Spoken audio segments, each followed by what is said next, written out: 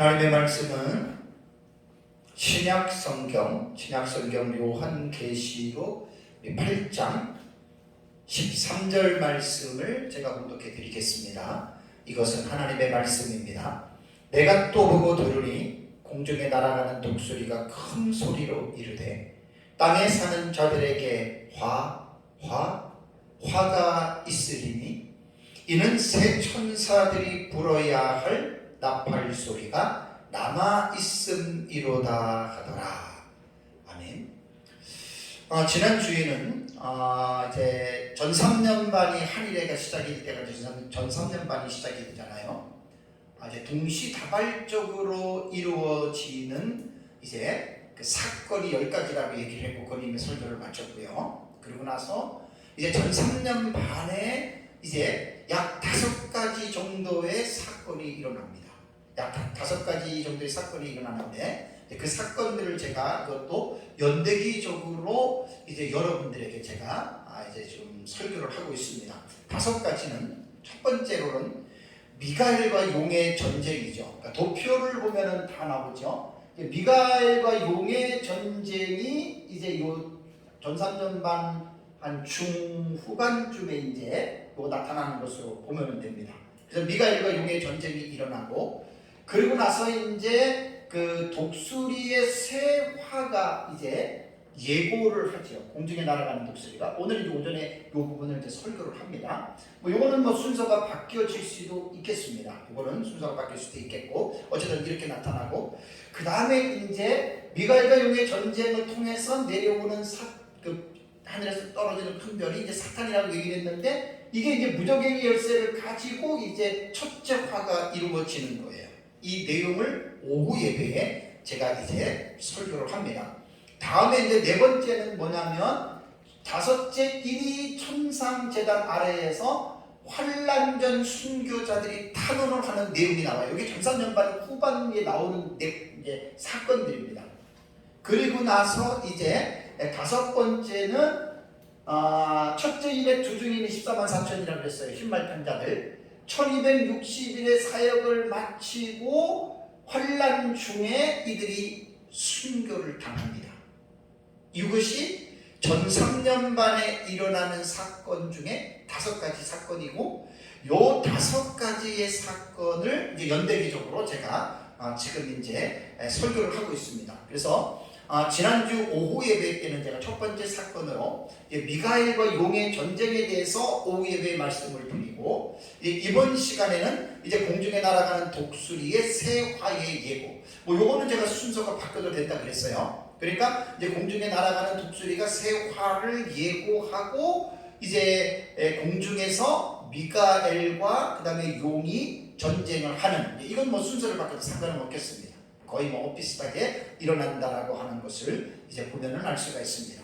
그래서 이제 이번 시간에는 이제 공중에 날아가는 독수리가 새 화를 큰 소리로 땅을 향해서 외치는 이 내용에 대해서 오늘 오전 시간에는 제가 이제 말씀을 드리겠습니다. 이제 요한계시록을 우리가 공부할 때에는 그냥 무조건 읽으면 안 된다 그랬어요. 마구잡이라고 하는 말은 이것저것 따지지 않고 막 읽는 것을 마구잡이라고 그래요. 성경은 그렇게 공부하면 안 됩니다. 특별히 요한계시록은 그렇게 봐서는 무슨 뜻인지 이해를 할 수가 없습니다. 그래서 우리가 성경을 읽을 때에는 제가 2가지에 대한 사건에 대해서 제가 여러분들에게 말씀을 드렸잖아요. 2가지에 대한 사건에 대해서 말씀을 드렸는데 그 2가지에 대한 사건이 그 내용이 뭐냐면 기록된 순서로 우선 이해를 해야 됩니다.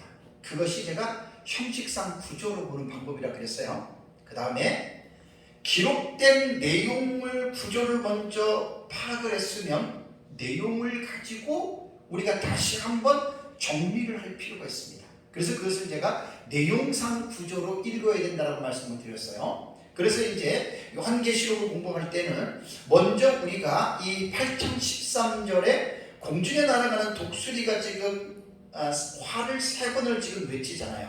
그러면 기록된 이 순서대로 우리가 이 본문을 볼 때에는 대다수의 학자들이 요한계시록의 이 본문을 가지고 구조를 설명할 때 세 가지의 일곱 시리즈인 일곱인, 일곱 나팔, 일곱 대접에 대한 사건과 그 다음에 이제 예수님의 그 재림도 이제 일곱 대접 안에 들어가니까 그 다음에 이제 천년 왕국과 20장 이후의 사건들, 그 다음에 새하늘과 새 예루살렘 성에 대한 그 사건들을 대다수의 학자들이 본경이라고 이야기를 한다 그랬습니다. 6장 이후부터는.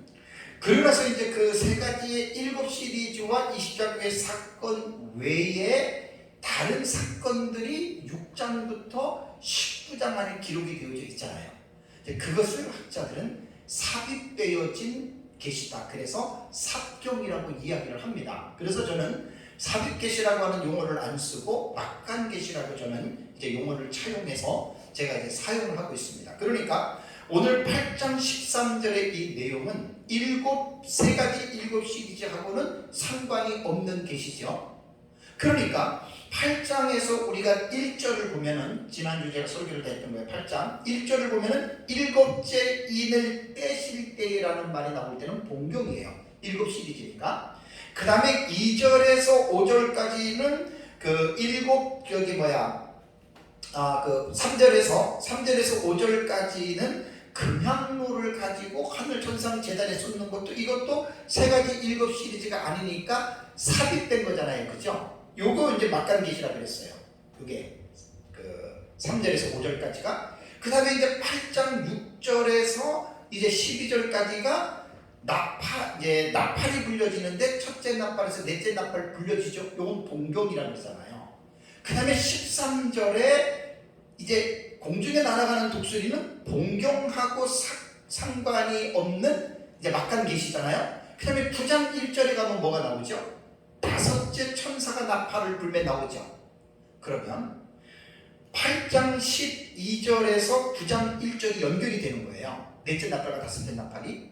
근데 13절에는 그 사이에 다른 계시가 끼어있다, 삽입되었다. 그래서 이것을 막간 계시라고 이야기를 한다 그 말입니다.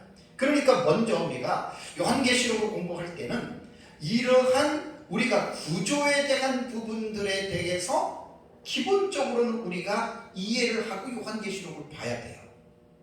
그래서 일곱 나팔의 계시는 형식상 구조로 볼 때 이거는 되게 중요한 겁니다.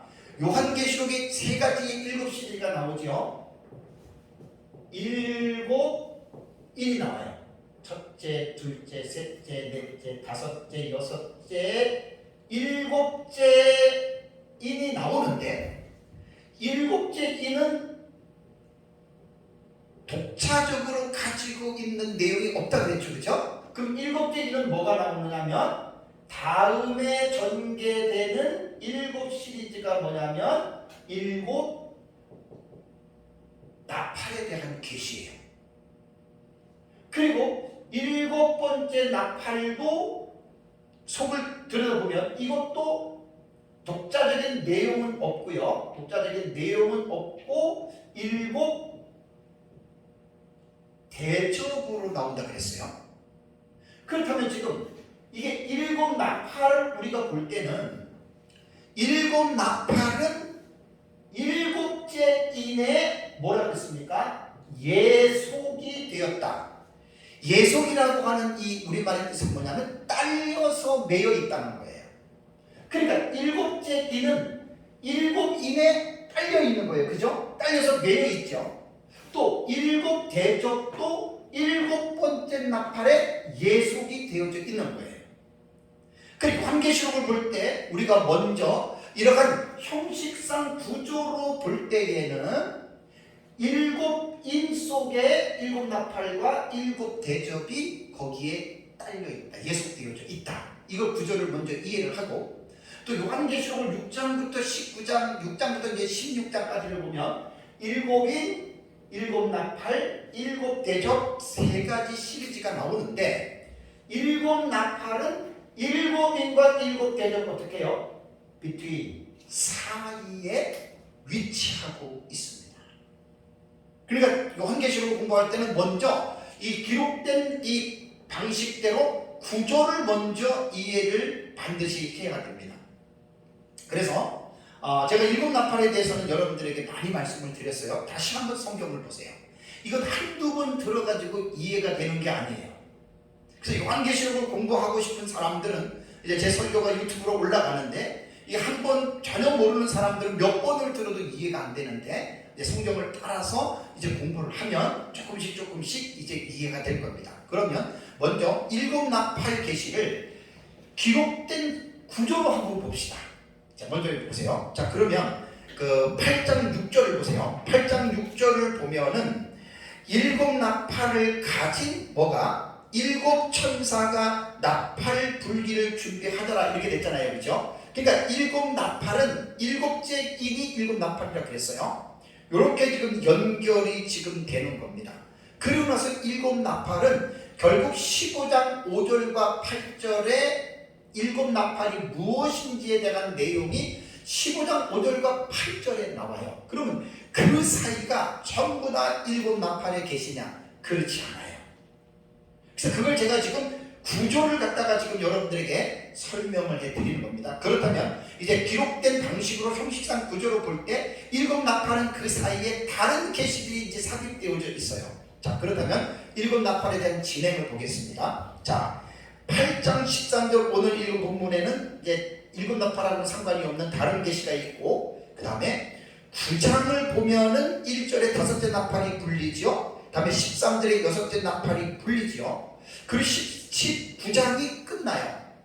9장이 끝나고 10장을 보시면 또 내가 보니 힘센 다른 천사가 구름을 입고, 이거는 일곱 나팔하고는 일곱째 나팔하고는 상관이 없어요. 그러니까 9장에서 여섯째 나팔로 딱 끝났어요. 9장에서 여섯째 나팔로 끝나고 10장은 일곱째 나팔이 아니에요. 다른 계시가 삽입되죠. 이게 막간 계시예요. 이게 오막간 계시, 사막간 계시라 그래요. 다음에 11장을 보세요. 11장도 또 내게 지팡이 같은 갈대를 주며 하면서 이게 두 증인의 계시죠. 이것도 일곱째 나팔 아니에요. 그럼 여섯 번째 나팔과 일곱 번째 나팔이 불리기 전에 10장과 11장의 내용이 삽입되어져 있다가 15절을 보세요. 15절을 보면 일곱째 천사가 나팔을 불매. 자, 이게 뭡니까? 아까 8장 6절에 일곱 천사가 나팔을 불었는데 첫 번째에서 여섯 번째까지만 불려졌어요. 그리고 일곱 번째 천사의 나팔이 없다가 15절에 가서야 일곱째 천사가 나팔을 불었다라는 말이 나옵니다.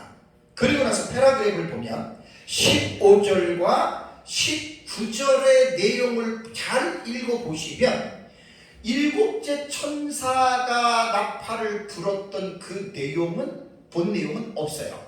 무엇인지는 없고, 여기서 11절과 19절의 내용을 보면은 뭔가 윤곽만, 아울라인이죠. 어떤 서막에 대한 내용만 나와요. 그러면 15절을 보시면은 일곱째 천사가 나팔을 불매 하늘에서 큰 음성이 나서 뭐라고 말합니까? 세상 나라가 우리 주와 그의 그리스도의 나라가 되어 그가 세세토록 왕노로 타리로다. 이것은 그 사건을 말을 하는 것이 아니라 이러한 일이 있을 것이다 라는 소망적인 선언이에요. 그러니까 이 말씀의 의미는 결론부터 말씀을 드리면 뭐냐면, 세상 나라가 우리 주와 그의 그리스도의 나라가 되어 그가 세세토록 왕노릇한다라고 하는 말은 우리는 천년왕국으로 해석을 합니다. 역사적 천년은. 그러니까 예수님 재림하시고 이 땅에서 천년왕국이 이루어져서 예수 그리스도의 나라가 되고 예수 그리스도가 이 천년왕국을 지배할 것이다 라고 우리는 이 본문을 그렇게 해석을 합니다. 그러니까 11장 15절과 19절도 일곱 번째 나팔의 내용하고는 내용이 없는 거예요. 상관이 없는 거예요. 그냥 서막적으로만 이제 이렇게 이제 말씀을 했다라고 이렇게 보셔야 됩니다. 그 다음에 이제 그 19절 다음에 12장으로 넘어가죠. 자, 12장은 우리가 잘 아는 대로 해로 옷 입은 여인에 대한 계시가 나오는데, 12장 전체를 읽어봐도 일곱 번째 나팔에 연관된 게 있어요, 없어요? 없죠. 13장을 가면은 바다에서 올라오는 짐승과 땅에서 올라오는 두 짐승 나오죠. 적그리스도와 거짓 선지자의 계시입니다. 이것도 일곱 번째 나팔의 계시 아니에요. 14장도 14만 4천이 노래를 부르고 또 새 천사가 하는 말이 나오고 그 다음에 익은 곡식 추수와 땅에 익은 포도주를 짓밟는 내용이 나오는데 14장의 내용도 일곱 번째 나팔이 아니에요. 그러면 보세요. 11장 15절에 일곱 번째 천사 나팔을 불었는데 내용은 없고 소막이라고 얘기를 하고 12장, 13장, 14장을 보니까 이거는 일곱 나팔과 상관이 없는 내용이 삽입됐죠. 이게 바로 막간계시라고 부르는 거예요. 그 다음에 15장을 가보세요. 이제 15장 1절을 보면 또 하늘에 크고 이상한 다른 이적을 보매 뭐가 나옵니까? 일곱 천사가 어떻게 해요? 일곱 재앙을 가졌으니. 그러면 일곱 천사가 일곱 재앙을 가졌다. 이 내용은 일곱 대접을 가졌다는 얘기인데 15장 1절에는 일곱 대접이라고 명시하지 않았어요. 그러니까 일곱 번째 나팔의 계시가 여기서도 드러낸 게 아니에요. 그러니까 11장 15절에 일곱 번째 나팔이 불렸어요. 내용은 없어요. 그 다음에 12, 13, 14장에는 다른 계시가 삽입되어져 있어요. 이래서 이것을 제가 일곱 번째 나팔은 두 번의 인터벌이 있어요. 준비 기간이 있어요. 그래서 12장, 13장, 14장은 일곱 번째 나팔이 불리고 첫 번째 인터벌이 되는 거고 15장 1절에서는 일곱 번째 나팔의 계시와 연관되어 있기 때문에 이것은 본경인데 2절과 3절과 4절을 보면은 불이 섞인 유리바닷가의 계시가 나오죠. 이거 본경 아니에요. 다른 계시가 삽입된 막간 계시예요. 그래서 이 15장 2절에서 4절까지를 일곱 번째 나팔이 아직도 안 나오고 중간에 다른 계시가 삽입되어졌기 때문에 이 부분을 우리는 두 번째 인터벌로 보는 거예요. 두 번째 인터벌로. 다음에 이제 15장 5절을 보세요. 15장 5절을 보면 또 이일 후에 내가 보니 하늘의 증거 장막의 성전이 열리면 6절에 일곱 재앙을 가진 뭐가요? 일곱 천사가 성전으로부터 나왔다. 그러니까 15장 1절에도 일곱 천사가 일곱 재앙을 가지고 있었다는 말만 나오지 그 모습을 15장 1절에서는 설명을 안 했죠. 이제 15장 6절 보고 7절을 보세요. 15장 7절 내 생물 중에 하나가 영원토록 살아계신 하나님의 진노를 가득히 담은 뭐라고요? 금대접 일곱. 이게 일곱 대접이에요. 그러니까 결국 뭐냐? 일곱 번째 나팔은 다음번에 나타나는 일곱 대접의 계시를 소막적으로 담고 있는 거예요. 일곱 인과 마찬가지로. 그래서 이 일곱 나팔의 계시가 8장 6절부터요. 8장 6절부터 결국은 이 15장 5절에서 8절, 15장 1절과 그 다음에 5절에서 8절까지가 이게 일곱 나팔 계시가 차지하고 있는 스콥이라고 해요. 범위가 이렇게 넓어요. 일곱 인은 6장에서 6인이 있고 7장에 막간 계시가 들어가고 8장에 들어가서 7인이 떨어지는 이는 그 범위가 6장에서 8장 1절까지니까 되게 좁죠. 그죠? 일곱 나팔은 어때요? 8장 6절부터 15장 8절까지가 일곱 나팔의 스코프, 범위예요. 범위. 되게 넓어요. 그러면 일곱 대접은 뭐냐? 16장 딱 16장의 첫째 대접에서 일곱 번째 대접이 16장에 딱 떨어지는 거예요. 그러니까 세 가지 일곱 시리즈 중에 일곱인, 일곱 나팔, 일곱 대접 중에 가장 복잡한 계시가 일곱 나팔의 계시입니다. 이거는 형식상으로 보는 구조라 그랬어요. 그래서 요한계시를 공부할 때는 무조건 공부하지 말고 이 기록된 구조를 먼저 우리가 이해를 해야 돼요. 이해를.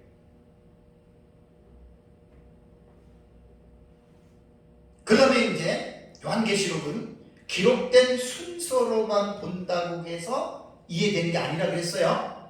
왜냐하면 사건으로서 진행되는 것, 이것을 내용상 구조라고 말씀을 드렸죠.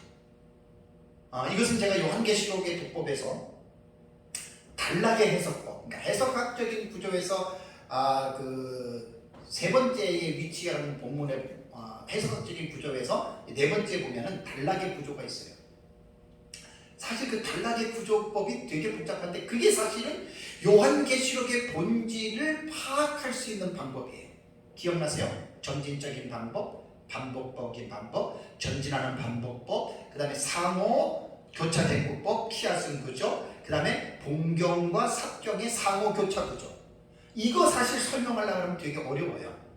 그러니까 사실 요한계시록을 연구한다라고 하는 것은 이 단락의 구조에 대한 해석을 어떻게 하느냐가 그게 사실 요한계시록을 이해하는 척경이 되는 겁니다. 그래서 이건 내용상으로 보는 구조로서 제가 도표를 딱 묘목사님 거를 하나로 종합 정리를 했잖아요. 이게 내용상으로 보는 구조 속에서 연대기적인 방식으로 딱 정리를 해놓은 거예요. 이게 단락의 해석법이에요. 세대주의는 제가 말씀드렸잖아요. 점진법 해석이에요. 6장부터 19장까지를 7인, 7나팔, 7대접 순서대로 사건이 일어난다. 한일의 7년 동안 그렇게 해석하는 것이 세대주의 해석법이고, 우리 역사적 전천년도 미래적인 해석으로서 한일의 해석을 똑같이 7년으로 세대주의와 보지만 사건을 해석할 때 내용상 구조로 볼 때는 세대주의와는 전혀 다릅니다. 순서가 달라요. 그러니까 우리는 요한계시록을 공부할 때 이게 천의 얼굴을 가지고 있기 때문에 보는 사람마다 해석이 다 달라요. 그러니까 뭐 자기가 다 옳다고들 이야기하지요. 누구의 해석이 과연 옳을까요? 하나님만 아시는 거예요. 하나님만. 그래서 다양하게 폭넓게 요한계시록을 객관적으로 공부한 사람이 사실은 요한계시록을 제일 잘 안다 이렇게 생각하면 그 말이 딱 맞는 말입니다. only one, 하나만 알아가지고 내 것만 옳다. 그 사람은 진짜 꽉 막힌 사람이에요. 설사 그 사람이 해석하는 게 100% 옳다 하더라도 우리는 그걸 인정하면 안 돼요. 왜? 하나님만 아시는 거예요. 그래서 제가 요한계시록을 연구를 하면서 참 깨닫는 게 뭐냐면 이게 저마다 전부 다들 고집만 부려요. 자기들만 못하는 거예요. 자기들만. 그럼 자기와 다른 사람은 뭐예요? 다름을 인정해주는 사람들이 있기는 해요. 근데 많지는 않아요. 대부분이 나와 다르면 넌 틀렸어. 그 상대방을 공격합니다. 이건 아주 잘못된 방식입니다. 세상으로 말하면 깡패들입니다. 깡패들. 아주 못된 그런 사람들이에요. 그러면 안 돼요. 폭넓게 다 배워줘야 돼요. 그래서 이 내용상 구조로 볼 때에는 순서가 달라요. 첫째인, 둘째인, 셋째인, 넷째인, 다섯째인, 여섯째인이 기록된 구조로 볼 때는 순위가 1, 2, 3, 4, 5, 6이지만 사건을 들어가서 연구하고 해석하다 보면 절대로 순차적이 아니다. 그래서 다 설교했어요. 첫째 인은 한일회가 시작이 될 때 흰말은 두중인이라고 그랬어요.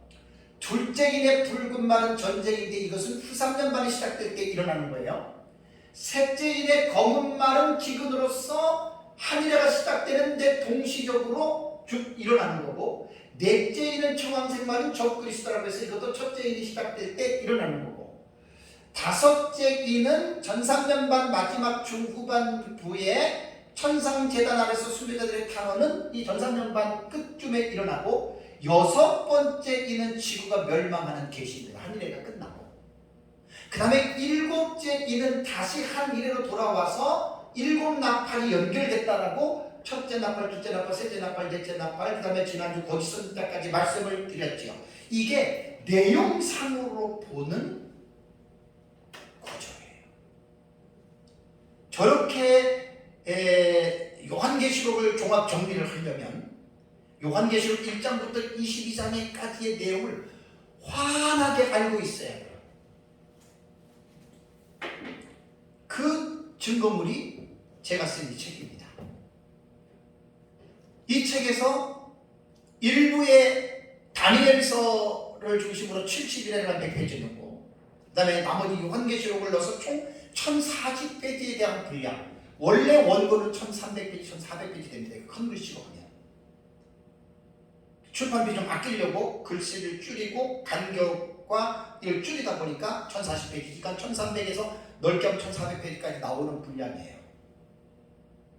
그래서 저는 요한계시록 1장부터 22장까지를 아주 자세하게 제가 보는 입장에서 주배를 해놓은 거예요. 주배. 그러니까 이렇게 요한계시록의 전체를 이해를 해야 내용상 구조에서 이 내용을 연대기적으로 정리할 수가 있어요. 이것은 물천년도 마찬가지고 후천년도 마찬가지고 세대주의도 마찬가지예요.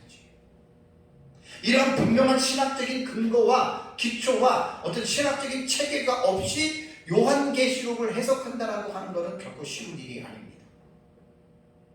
그래서 요한계시록은 기록된 순서만 가지고 이렇게 본다고 이해가 되는 것이 아니라 내용상 구조를 하나하나 이제 1장부터 22장까지를 다 내용을 이해하게 되면 이렇게 종합적인 정리가 가능한 거예요. 종합적인 정리가. 그래서 제가 지난주에 이제 한 지금 2달 가까이 정도 되는데 제가 지금 하는 설교는 내용상 구조적인 설교를 하는 거예요. 그래서 저 도표를 요한계시록을 이제 연대기적으로 순차적으로 이제 이 기록된 내용을 가지고 연대기적으로 지금 정리를 해 나가는 겁니다. 지금. 그래서 우리는 요한계시록을 공부할 때에는 그냥 마구잡이식으로 공부를 하는 것이 아니라 이렇게 모든 어떤 그 올바른 지식들, 신학적인 입장들, 이런 생각적인 지식들 다 가지고 와서 우리가 요한계시록을 좀 더 깊이 있게 공부를 해야 우리가 요한계시록이 어떠한 내용인지에 대해서 우리가 분명하게 여러분 알 수 있다라고 하는 것 여러분 이제 기억을 해야 됩니다. 이제 그 오늘 이제 읽은 본문의 내용이 8장 13절을 한번 보겠습니다. 8장 13절을 보면은 자, 내가 또 보고 들으니 공중에 날아가는 독수리가 큰 소리로 이르되 땅에 사는 자들에게 화가 있으리니 이는 새 천사들이 불어야 할 나팔 소리가 남아 있음이로다 하더라. 여러분 13절을 보면 또 내가 또 보고 들으니 그랬죠. 그죠? 원문에 보면은 카이 에이돈 카이 에쿠사입니다. 그리고 내가 보았다. 그리고 내가 들었다. 근데 요한계시록은 이게 사도 요한이 보고 사도 요한이 들었던 계시를 지금 정리한 거잖아요. 이것이 그 뭐예요? 영화에서 보면은 이 화면이 이렇게 들어왔다가 나가는 걸 뭐라 그랬죠? 오버랩 기법이에요. 참 재밌어요. 에이도 내가 보았다. 카이 그리고 에쿠사 내가 들었다. 그리고 곧바로 또 오버랩이 되죠. 카이 에이돈 카이 에쿠사 그리고 내가 보았다. 그리고 내가 들었다. 그래서 요한계시록을 우리가 이렇게 이론적으로 볼 때는 이게 오버래핑 기법이라고도 학자들은 이야기를 합니다. 근데 여기에서 보면은 중요한 것은 뭐냐면 동사를 우리가 볼 때에 여기 보면은 공중에 날아가는 독수리가 큰 소리로 말했다. 큰 소리라고 하는 것은 형용사지만 말했다라고 하는 말이 뭐냐면 이게 레곤토스라고 하는 이 동사가 뭐냐면은 현재 이게 분사입니다. 이건 참 중요해요. 제가 뒤에도 다시 한번 말씀을 드릴게요. 이게 공중에 날아가는 독수리가 누구냐? 여기에 대한 부분이 분명하게 성경적으로 우리가 입장이 정리가 돼야 되고 그 독수리가 말할 때 이것이 현재 분사형이에요. 현재 분사형. 그러니까 이게 현재라고 하는 말에 이게 초점을 맞춰야 돼요. 이때가 언제이냐? 계속해서 현재형으로 이 8장 13절은 새 화에 대한 외침을 누군가는 외쳐줘야 된다라고 하는 그러한 뉘앙스를 갖고 있는 거예요. 여기 보면은 이제 큰 소리라고 그랬어요. 큰 소리로 포레메갈레라고 말을 했습니다. 그러니까 이게 메가스라고 하는 말은 크다, 위대하다라고 하는 말도 있지만 강력함이라고 하는 의미도 이 단어가 갖고 있어요. 그러니까 공중에 날아가는 독수리가 큰 소리로 새 화를 외쳤다고 하는 말은 강력한 메시지로 보면 돼요. 강력하게 이 세 가지 화를 계속해서 누군가는 땅에 있는 자들에게 화가 있을 것이라고 하는 이 메시지를 누군가는 계속해서 현재적으로 이 분사형이에요. 진행되고 있는 거예요. 계속해서 이것을 외쳐줘야 된다는 말입니다. 지금 이 시대가 바로 공중에 날아가는 독수리 뒤에 말씀을 드리겠지만 사역자들이 이걸 외쳐줘야 되거든요. 어느 시대든지. 그래서 이제 그 본 계시에 대해서 한번 말씀을 한번 살펴보겠습니다. 그렇다면 이제 이 본문에서 우리는 공중에 날아가는 독수리다. 그래서 제가 이제 도표에는 독수리를 그려놨어요. 자, 그렇다면 독수리가 어떤 존재인지에 대해서 먼저 우리는 정리를 하고 넘어가야 됩니다. 여기 공중에 날아가는 독수리에 대해서는 학자들의 주석의 책을 보면은 사본의 차이가 있다라고 이야기를 합니다. 사본이라고 하는 말은 뭐냐면 원본을 전사한 거죠. 근데 원본은 이미 사라졌고 계속해서 그 원본을 전사하는 과정 속에서 수많은 수십 개, 수백 개 정도의 이러한 사본들이 이제 생겼습니다. 그래서 그 사본들이 다 똑같은 게 아니라 차이가 있고 다른 게 있어요. 그래서 이제 학자들은 여러 가지의 사본들을 다 가지고 연구하고 분석해서 나름대로 사본을 가지고 원본 거의 비슷할 정도로 이제 학자들이 사본을 가지고 정리를 해놨거든요. 그래서 참 놀라운 일입니다. 그래서 우리가 지금 보고 있는 이 성경들이 어떤 사본을 보고서 이것을 가지고 이제 우리말로 번역을 했느냐, 영어도 그렇고 독일어도 그렇고 중국어도 그렇고 다 나름대로 이제 이렇게 번역을 했는데 대부분 보면 이제 신의 사본, 그다음에 알렉산드리아 사본, 바티칸 사본, 이제 이러한 사본들이 있고요. 이런 것들을 또 근거로 해서 만든 사본이 웨스트 코스트 사본이라고도 하고, 그 다음에 홀트 사본도 있고, 그 다음에 네슬 알란트 사본이 있습니다. 우리가 지금 보고 있는 것들이 대부분 보면 이제 그 네슬 알란트에서 NA라고 이렇게 영어로는 말을 해요. 이 사본을 가지고 이제 그 번역들을 하는데 중점적으로 하는데, 여기에 보면은 이 독수리라고 하는 이 단어가 나오잖아요. 그죠? 이 독수리라고 하는 단어가 헬라어로 보면은 아예투로 기록이 되어 있습니다. 그러니까 거의 모든 사본들은 우리말 성경에 번역한 대로 아예투라고 하는 독수리로 번역을 했습니다. 그런데 유독 하나가 뭐냐면 히라보 표준 원문인 TR이라는 것이 있어요. TR이라고 하는 이제 이 원문 번역이라고 하는 거, 이게 이제 킹 제임스 버전이라고 하는 이제 그 성경이 있잖아요. 킹 제임스 성경. 그래서 이제 이것은 자기네들이 히라보 표준 원문이라고 이 TR이라고 이야기를 해요. TR이라고 얘기를 하는데 그것은 자기네들이 말하는 표준이지 일반 학자들이 보는 표준은 절대로 아닙니다. 그래서 히라보 표준 원문이 이것을 가지고 여기에는 천사가, 독수리가 뭐로 나오냐면 앙겔루로 나와요. 앙겔루는 천사라는 뜻이에요. 천사.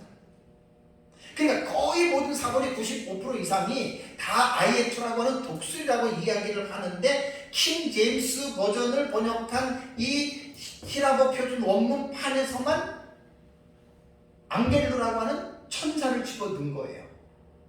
그래서 킹 제임스 성경에는 공중에 날아가는 천사로 이것을 가지고 번역을 합니다. 번역을 그렇게 했습니다. 그래서 이제 이것은 사본상 문제로 학자들끼리 논쟁이 일어나는 부분인데, 우리는 여기서 앙겔루를 안 봅니다. 그래서 아주 사본상으로 볼 때는 거의 희소하고 거의 적은 그냥 한 사본에서만 나왔고, 다른 거는 내가 모르겠습니다만은 거의 다 그렇게 안 보고 우리는 그냥 공중에 날아가는 독수리 아예투로 우리는 우리말 성경에 번역한 대로 우리는 이제 독수리로 봅니다. 자, 그렇다면 여기서 보면은 천사냐 독수리냐, 이건 사실 싸울 문제가 아니에요. 중요한 거는 뭔지 아세요?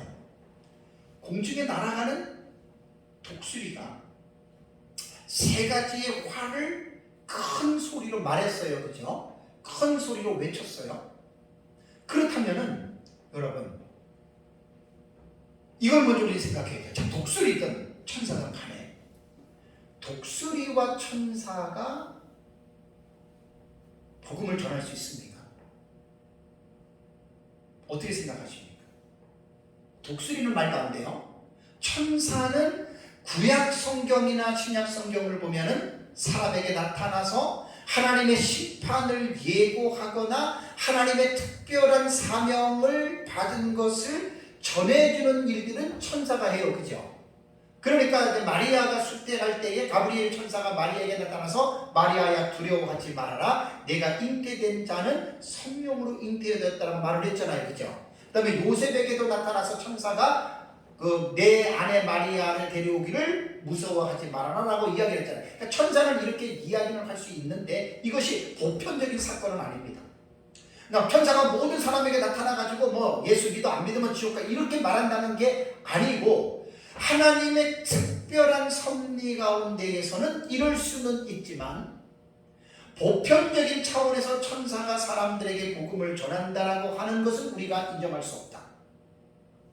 왜 그러냐면 천사가 복음을 전할 수 있다면 하나님이 뭐하러 사람들에게 복음 전하는 일을 맡기겠어요? 예수님도 복음을 전하다가 죽으셨어요. 예수님의 12제자도 복음을 전하다가 죽었어요. 구약시대에 수많은 진실한 선지자들이 복음을 전하다가 죽었어요. 지금도 수많은 사람들이 복음을 전하다가 죽어요. 천사에게 복음을 전하는 것을 하나님이 위탁했다면 사람에게 시킬 필요가 전혀 없지요. 천사에게 복음을 전하는 것을 맡기면 100% 믿습니다. 사람들은. 예를 들어 볼까요? 아주 고집센 사람이 있어요. 예수 안 믿어요. 예수 믿는 사람들 핍박해 막 죽여요. 하나님의 천사에게 딱 저 사람에게 복음을 전해라. 그 100% 믿습니다. 제가 생각한 대로 말해볼까요? 천사는 영적인 존재니까 그 사람 밥이든지 꿈이든지 나타나서 그 사람 영혼을 데리고 너 따라와. 따라가죠. 영혼을 들고 지옥을 보여주는 거예요. 부자와 나사로의 비유처럼. 그리고 천사가 천국도 보여줍니다. 그리고 그 사람에게 너 천국 갈까 지옥 갈 거야. 아무리 약한 사람이라도 천국 간다고 이야기할 거거든요. 그럼 너 예수님 믿어야 돼. 예수님이 십자가에 죽은 줄 알아? 2000년 전에 너의 죄 때문에 예수님이 십자가에서 죽은 거야. 너 그 믿으면 천국 갈 수 있어. 그러면 당연히 믿지요. 하나님은 이 복음을 전하는 일을 특별한 섭리 가운데를 제외하고는 사람에게 하나님이 맡겼습니다. 우리가 찬송에 주 내게 부탁하신 일 천사도 흠모하겠네. 화목해 하라신 구주의 말씀을 온 세상 널리 전하세. 이 찬송을 부르면 알잖아요. 천사도 다 하나님이 시킨 대로 하지만 복음을 전하는 것만큼은 하나님이 보편적으로 그들에게 위탁하지 않았다는 말입니다. 그러니까 우리는 여기 공중에 날아가는 아예투라고 하는 이 독수리 혹은 앙겔루라고 하는 천사라 하더라도 이들은 상징적인 예표적인 인물이지 실제적인 인물은 아니라는 거예요. 이것을 우리는 8장 13절에서 분명하게 먼저 정리를 하고 넘어가야 됩니다.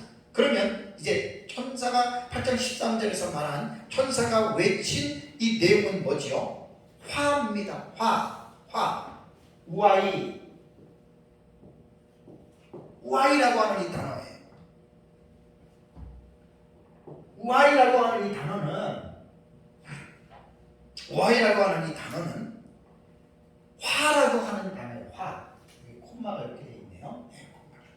우아이라고 하는 이 단어는 우리말로는 화로 번역을 했습니다. 화로 번역을 했는데 원래 이 우아이라고 하는 말의 뜻은 고통이나 분노를 혹은 슬픔이나 비난을 표현할 때 사용하는 감탄사입니다. 이 우아이라고 하는 이 단어. 그러니까 우리말로 번역할 때는 오 혹은 우 혹은 슬프다라고도 번역될 수도 있고, 그 다음에 화가 있으리라 등 이 말은 이렇게 번역이 될 수가 있습니다. 그런데 8장 13절에 우선 기록된 순서대로의 위치를 보면은 네 번째 나팔과 9장의 5번째 나팔이 불려지는 사이에 지금 삽입이 된 거잖아요. 그죠? 그 사이에 삽입이 돼서 여기에서 Y라고 하는 화라고 하는 세 가지의 화를 외쳤잖아요. 그죠? 13절을 보면 뭐죠? 화가 있으리니 그 다음에 뭐라고 했습니까? 이는 새 천사들이 불어야 할 나팔 소리가 어떻게 해요? 남아 있음이라고 그랬죠. 그러면 지금 이 8장 6절부터의 내용은 일곱 나팔에 관한 말씀이잖아요. 그죠? 일곱 나팔에 관한 말씀인데 이미 앞에서 7절, 8절, 9절, 10절, 11절, 12절까지는 네 천사가 나팔을 불었어요. 그리고 앞으로 5째, 6째, 7째 천사의 나팔을 불어야 되는데 8장 13절에서 독수리가 하는 말은 새 천사들인데 이것은 남아있는 새 천사니까 뭐지요? 새 나팔이 남아있다 그 말이에요. 그래서 5번째 나팔과 6번째 나팔과 7번째 나팔에 3개가 남아있다 이 내용입니다. 8장 13절에서. 그래서 우리는 5번째 나팔과 6번째 나팔과 7번째 나팔을 우리는 어떤 것으로부터 말을 해요? 화에 대한 성격을 담고 있다. 그래서 새 화를 이야기를 하는 거예요. 그래서 새 화 중에 첫 번째 화가 5번째 나팔이고, 둘째 화가 6번째 나팔이고, 셋째 화가 7번째 나팔이 되는 거예요. 이렇게 요한계시록 배우면 되게 재밌어요. 기록된 순서를 먼저 이해를 하는 거예요. 그러니까 앞에 불렸던 첫째 나팔과 둘째 나팔과 셋째 나팔과 넷째 나팔은 이미 불려졌고, 앞으로 불려져야 할 5째, 6째, 7번째 나팔을 공중에 날아가는 독수리는 화의 성격을 가지고 새 화로 우아이로 설명하고 있다라고 하는 사실입니다. 자, 복습 한번 할게요. 첫째 나팔, 둘째 나팔, 셋째 나팔, 넷째 나팔은 해석하기 힘들다 그랬어요. 그래서 우리는 이 본문을 상징으로 해석한다 그랬어요. 영적인 해석한다 그랬어요. 그러면 첫 번째 나팔은 피 섞인 우박과 불이 땅 3분의 1을 행했어요. 우리는 이것을 적그리스도의 등장으로 한 일회가 시작이 되는 시점에 적그리스도의 등장이 계시로 우리는 믿는다고 얘기를 했고, 둘째 나팔은 불붙는 큰 산과 같은 것이 바다의 3분의 1의 피해를 주었는데 큰 산은 제국을 상징한다 그랬죠. 그래서 예레미야서에 보면은 바벨론은 큰 산이라고 예언했던 것처럼, 그래서 둘째 나팔에 대한 계시를 우리는 뭐라고요? 7번째 제국의 등장, 곧 적그리스도는 7번째 제국에서 등장해요. 이게 다 뭐냐면 한 해가 시작될 때 나타나는 사건이에요. 셋째 나팔은 쓴 숙의 큰 별이 이 땅에 떨어져서 강과 물의 3분의 1을 쓰게 했다. 이것은 음료에 대한 해석이라고 등장이라고 말씀을 했어요. 이것도 첫 한일회가 시작되는 시점에 나타나는 거고, 넷째 나팔은 해와 달과 별의 3분의 1이 타격을 받아서 3분의 1이 어두워졌다 그랬죠. 이것은 바로 이 세상의 영적인 흑암이, 그러니까 한일회가 시작이 될 때는 벌써 엄청나게 이 세상이 영적으로 암흑 가운데 지금 들어가고 있는 거예요. 그래서 사탄의 삼총사가 적그리스도와 음료와 거짓 선지자에 의해서 이 세상이 영적으로는 점점 어두워지는, 물질 문명으로 볼 때에는 말할 수 없이 화려하고 말할 수 없이 아름답게 보이지만 영적인 상황을 볼 때에는 말도 못하게 어두워져 가는, 이제 하나님의 심판이 가까워지고 온 세상이 죄가 아주 극성을 부리는, 그래서 그 죄가 하늘에까지 그차게 되는, 그것이 예수님 재림 직전에 나타나는 하늘의 상황이라고 하는 사실입니다.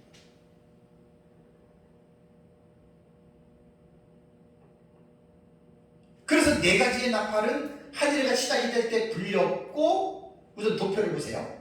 첫째 화가 다섯째 나팔이에요. 이게 전 3년 반이 끝나기 전 5개월 전 오후에 설교합니다.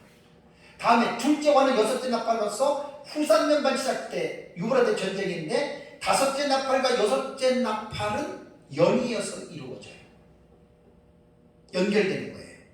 다음에 셋째 화가 일곱째 나팔인데, 일곱째 나팔은 한 일회가 마무리되는 시점에 일곱 대접이 긴 시간은 아니지만 연이어서 첫째, 둘째, 셋째, 넷째, 다섯째, 여섯째, 일곱째 대접이 연속적으로 이루어지면서 일곱 대접은 뭐라 그랬어요? 하나님의 마지막 재앙이라고 성경은 우리에게 교훈하고 있습니다.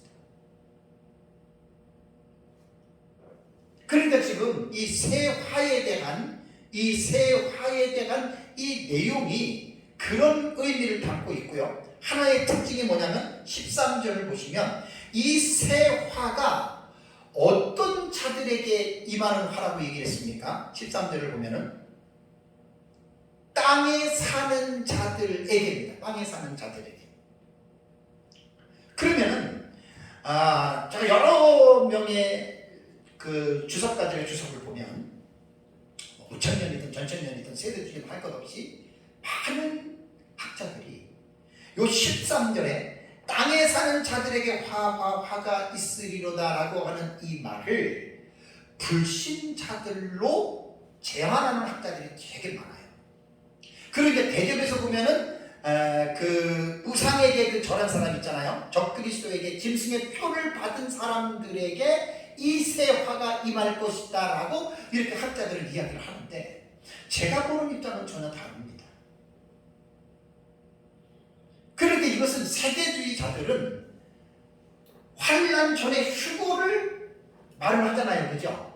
그러니까 제대로 환난이 시작되기 전에 교회가 휴고돼서 공중에서 7년 동안에 예수님과 함께 혼인잔치를 누린다. 우리는 그거 성경적으로 안 믿어요. 세대주의가 틀린 거예요. 뭐 틀리다 그러면 좀 기분 나쁘겠지만 우리는 그 동의할 수가 없어요. 그러니까 여기에서 불신자들로 세대주의자들을 볼 때는 교회가 휴거됐으니까 이 땅의 불신자들과 회개하지 아니했던 뭐 유대인들이 이제 이 환난을 만다고 이야기를 하지만 그 해석은 저는 동의할 수가 없습니다. 불신자들로만 제한하는 것이 아니라 여기에서 땅에 사는 자들에게 이루어지는 첫째와 둘째와 셋째화는 일부 성도들도 포함이 됩니다. 왜? 성도들도 지금 땅에 살고 있잖아요. 그래서 이제 여기에서 성도들이 겪게 되는 대환란은 저는 여러분들에게 많이 말씀을 드렸지만 일부라 그랬어요. 전체 성도가 아니에요. 일부는 환란을 겪을 것이고 일부는 환란을 겪지 않습니다. 열처녀 비유에서 10명의 처녀 가운데에 기름을 준비한 슬기로운 5 처녀들은 혼인잔치에 들어갔고, 기름을 준비하지 아니한 미련한 5 처녀들은 혼인잔치를 못 들어갔지요. 그와 같은 개념입니다. 그러니까 후 3년 반 대환란에 여기 예비처가 있잖아요. 예비처. 계시록 12장 6절과 14절, 15절, 16절, 17절을 읽어보면 이 후 3년 만의 대환란 가운데에 하나님께서 독수리가 날개를 업어서 그들을 광야로 피신시킵니다. 그게 하나님의 예비처예요. 근데 여기서 생명책에 기록된 모든 자들이 다 예비처로 들어가는 것이 아니라 오후에 제가 설교할 첫째 화인 황충화에서 믿음으로 승리한 사람만 예비처에 들어가고, 승리하지 못한 사람들은 후 3년 반 대환란 떨어지는데 그들을 뭐라고 불러요? 여자의 남은 자손들이라고 계시록 12장 17절에 나옵니다. 그래서 이 여자의 남은 자손들은 예비처를 못 들어갔기 때문에 이 땅에서 물론 예리초도 땅에 있는데 대환란을 이들이 겪어야 됩니다. 그래서 여기 땅에 사는 자들 속에는 곧 짐승을 경배한 불신자들만 보는 것이 아니라 여기에는 바로 우리 믿는 성도들도 들어가 있다라고 하는 것들을 여러분들이 이제 기억을 하셔야 됩니다. 그래서 이 새 화에 대한 우선 그 휴거에 대한 부분을 간략하게 제가 오후에도 할 때 간략하게 말씀을 드릴게요. 휴거라는 용어가 왜 나왔느냐? 세대주의가 왜 환란 전에 교회가 휴거가 되느냐라고 하는 이 성경에도 없는 것을 억지로 인본주의로 만들었냐면 그들의 뇌리 속에는, 그들의 사상 속에는 뭐가 있냐면 어떻게 하나님의 자녀들이 대환란을 겪을 수 있을까? 그리고 그들이 궁리한 그 내용이 뭐냐면 아니다. 하나님의 자녀들은 환란을 당하지 않는다. 그래서 환란이 오게 되네 하나님의 교회는 공중으로 올라가서 환란을 상관없다 이렇게 만들었거든요. 이거는 인본주의적인 작품이에요. 성경을 보면 하나님의 자녀들이 어떻게 해요? 대환란을 겪는다라고 성경은 분명하게 말을 했습니다. 이걸 꼭 기억하고 예수를 믿어요. 그래서 이 휴거설이라고 하는 말은 성경에 있어요. 공중으로 끌어올린다는 말이 휴거거든요. 마태복음 24장에도 나오고 데살로니가전서 5장에도 나오죠. 공중으로 끌어올려, 천사가 끌어올려. 이게 휴거예요. 근데 세대주의가 환란 전에 휴거라고 하는 이 용어를 만들어 놔서 휴거에 대해서 알레르기 반응을 가지고 있는 무천년주의자들이 휴거 없다 이렇게 말하는데 그건 틀린 거예요. 왜 휴거가 없어요? 마태복음 24장에 예수님께서 그 재림하실 때에 천사들이 하늘 끝부터 저 땅 끝까지 어떻게 해요? 땅 이편에서 저편까지 택한 자들을 어떻게 해요? 나팔 불 때 그들의 이름을 불러서 공중으로 끌어올린다. 이게 휴거예요. 휴거의 뜻은 그런 뜻이에요. 성경에 있는 용어예요. 그래서 이제 환란 전 휴거설이 있고 환란 후 휴거설이 있고 환란 중 휴거설이 있고 부분 휴거설이 있고 진행적 휴거설이 있고 무 휴거설이 있어요. 대부분 6가지에 대한 휴거에 대한 입장이 있는데 우리는 환란 후 휴거설을 믿습니다. 대부분 역사적 주체는 환란을 겪은 후에 휴거라는 말은 뭐냐면 예수님 재림할 때 하늘로 올라가는 거예요. 공중으로 올라가는 그게 휴거예요. 왜 성경이 있는데 왜 자꾸만 무휴거설이라고 하는 무천년주의자들 중에 일부가 휴거 없다 이렇게 얘기를 하거든요. 그 성경을 부인하는 거예요. 그렇게 말하면 안 돼요. 그들이 말하는 휴거가 없다라고 하는 말은 세대주의자들의 환란전 휴거설을 반박하기 위해서 그러한 환란전 휴거는 없다라는 것은 제가 이해를 하지만 휴거 자체의 본질 자체를 없다라고 하면 그건 성경의 계시를 제한 거기 때문에 심판받는 거예요. 종종을 두려워해야 돼요. 마지막으로 제가 새 화에 대한 성격에 대해서 간략하게 아웃라인으로 제가 이제 말씀을 제가 드리겠습니다. 자, 첫째 화는 나팔의 순위로는 5번째 나팔이에요. 요 5번째 나팔이 제가 오후에 설교할 계시록 9장 보면 나와요. 자, 계시록 9장 1절에 보면은 뭐죠? 5번째 천사가 나팔을 불었다. 요게 첫째 화예요. 5번째 나팔이. 이 화는 뭐냐?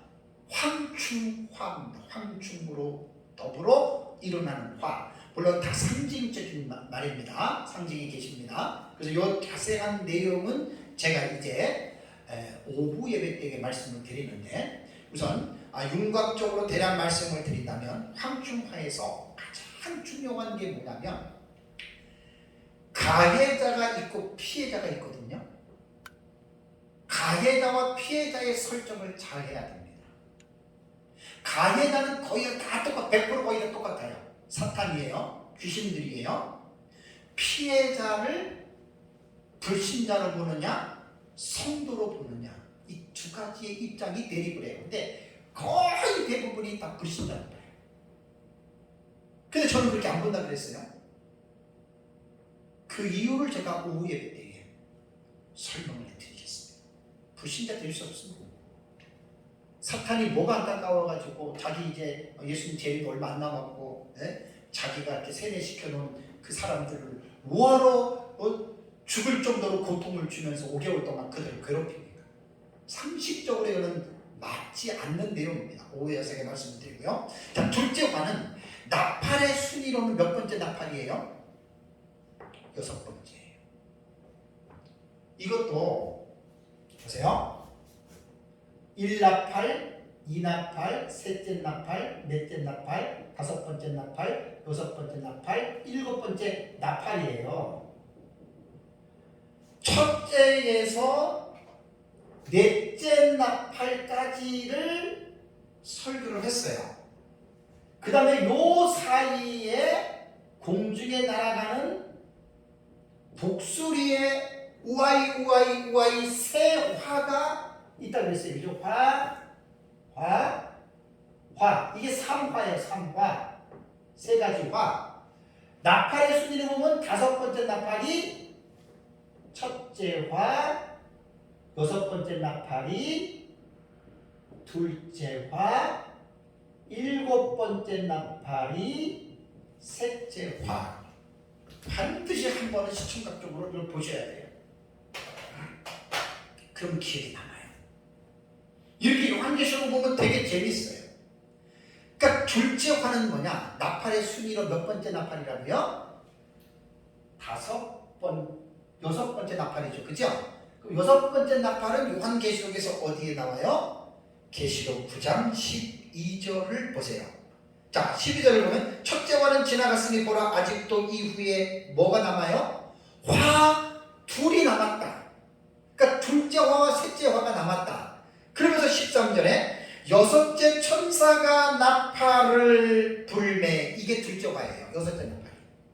그래서 12절부터 21절까지 둘째 화에 대한 여섯째 나팔의 계시가 나오거든요. 그런데 요한계시록 9장에서는 21절에 여섯째 화가 끝나는 것 같은데 실제적으로 여섯째 화에 끝나는 것은 어디 나와요? 성경에 써를 잘 몰라요. 11장 13절 14절 가보세요. 11장 13절 14절 시작. 그때에 큰 지진이 나서 성 10분의 1이 무너지고 지진에 죽은 사람이 7천이라 그 남은 자들이 두려워하여 영광을 하늘의 하나님께 돌리더라. 그 다음에 둘째 화는 지나갔으니 보라 셋째 화가 속히 이르는 도다. 그러니까 둘째 화가 계시록 9장 21절에서 끝나는 게 아니에요. 거기서 끊어졌다가 11장 13절과 14절의 둘째 화의 마무리가 여기서 되는 거예요. 참 이 요한계시록을 이렇게 보셔야 돼요. 이거는 형식상으로 보는 구조예요. 둘째 화는 나팔의 순위로는 여섯 번째 나팔입니다. 이 여섯 번째 나팔은 그렇다면 요한계시록을 읽을 때 뭘 제가 주의하라고 했어요? 사건화가 될 때에는 육하 원칙 속에서 이 사건이 누가 언제 어디서 무엇을 어떻게 왜 이 부분을 명확하게 설정하셔야 돼요. 둘째 화는 언제 일어나느냐? 우리가 보는 신학적인 입장에서 도표를 보면은 둘째 화는 여섯째 나팔 유브라데 전쟁이죠. 후 3년반이 시작이 될 때 나타나는데 이 전쟁을 유브라데 지역에서 나는 전쟁이기 때문에 유브라데 전쟁이라고 이야기를 합니다. 그런데 이 사건은 인류 역사에 대참상을 불러오는 전무후무한 전쟁으로서 인류의 사망, 인류의 3분의 1이 죽는 엄청난 전쟁입니다. 지금 러시아와 우크라이나 전쟁을 통해서 얼마나 죽었습니까? 많이 죽어야 몇만 명 정도겠죠. 그런데 여러분, 이 유브라데 전쟁은 지구에 거하는 인구의 3분의 1이 죽습니다. 구장을 잘 보시면 두 군데 나옵니다. 3분의 1이 죽었다. 참. 다음에 세 번째가 셋째 화입니다. 셋째 화는 나팔의 순위로 몇 번째 나팔이요? 일곱 번째 나팔이 되는 거예요. 그래서 아까 제가 서론에 7번째 나팔, 요 셋째 화가 어떻게 형식상 구조로서 요한계시록의 11장 15절에서부터 15장 8절에까지 이 7나팔의 범위가 되게 이게 넓어요. 그러니까 7나팔은 8장 6절부터 시작이 되는데 7번째 나팔은 이제 11장 15절 18절에 나팔이 불리고 12장 14장 첫 번째 인터벌이고 15장 1절에 또 한 번 불리고 15장 2절과 3절의 두 번째 인터벌, 이 구조를 분명하게 이해를 하고 7번째 나팔은 셋째 화는 마지막 7대접으로서 마지막 하나님의 진노를 가득히 담은 재앙이다 라고 하는 이 사실을 잘 기억하고, 마지막으로 아까 제가 말씀드린 대로 이 큰 독수리가 화가 있으리로다 라고 큰 소리로 말했다라고 말했습니다. 이 말했다라고 하는 말이 뭐냐면 이 레곤토스라고 했어요. 이것이 뭐냐면 레고의 현재 분사형입니다. 말했다. 독수리가 말했다. 현재 분사형이라고 하는 말은 뭐냐면 이것은 항상 현재로서 진행한다라고 하는 그 의미를 가지고 누군가는 지금 이것을 새 화를 외쳐줘야 되는 거예요. 누가 외칠까요? 마지막 시대 두 주인들입니다. 요즘으로 말하면 교회를 담임하는 사역자, 목회자들이 성도들에게 앞으로 나타날 이 전무후무한 미증류의 화가 있을 것이라고 하는 사실을 하나님의 택한 백성들에게 이것을 외쳐야 된다라고 하는 말입니다. 항상 외쳐야 됩니다. 큰 소리, 폰의 메갈레, 크다라고 하는 이 메가스라고 하는 이 단어는 강력한이라고 하는 의미도 있다고 아까 말씀드렸어요. 교회 사역자들이, 목회자들이 성도들에게 강력하게 외쳐야 됩니다. 예수님 재림 직전에 이러한 우아이 새 화가 있을 것이다. 누구에게? 땅에 사는 자들에게. 여기는 성도도 포함이 됩니다. 그래서 이 화를 벗어나기 위해서 성도들은 마지막 때에 졸지 말고 영적으로 잠자지 말고 늘 깨어 있어서 하나님의 진리의 말씀 안에서 깨어서 말씀 안에서 성령으로 충만해서 이러한 화를 당하지 않도록 후사년번 대관란에 하나님의 예비처에 들어가서 여러분들이 이 화를 모면하도록 마지막 시대의 목회자들이 성도들에게 이걸 가르쳐야 된다는 말이에요. 그래서 이것이 동사가 현재 분사라고 말을 했습니다. 능동태입니다. 능동태. 억지로 설교하는 것이 아니라 설교자가, 목회자가 성경을 연구해서 성도들에게 마지막 때에 성도들이 이러한 화를 당하지 않도록 늘 강력하게 외쳐야 됩니다. 저와 여러분들이 이 말씀을 잘 마음에 담고 우리가 믿음 안에서 이러한 화를 모면하는 승리하는 삶을 살아가시기를 주님의 이름으로 축복합니다. 기도하겠습니다.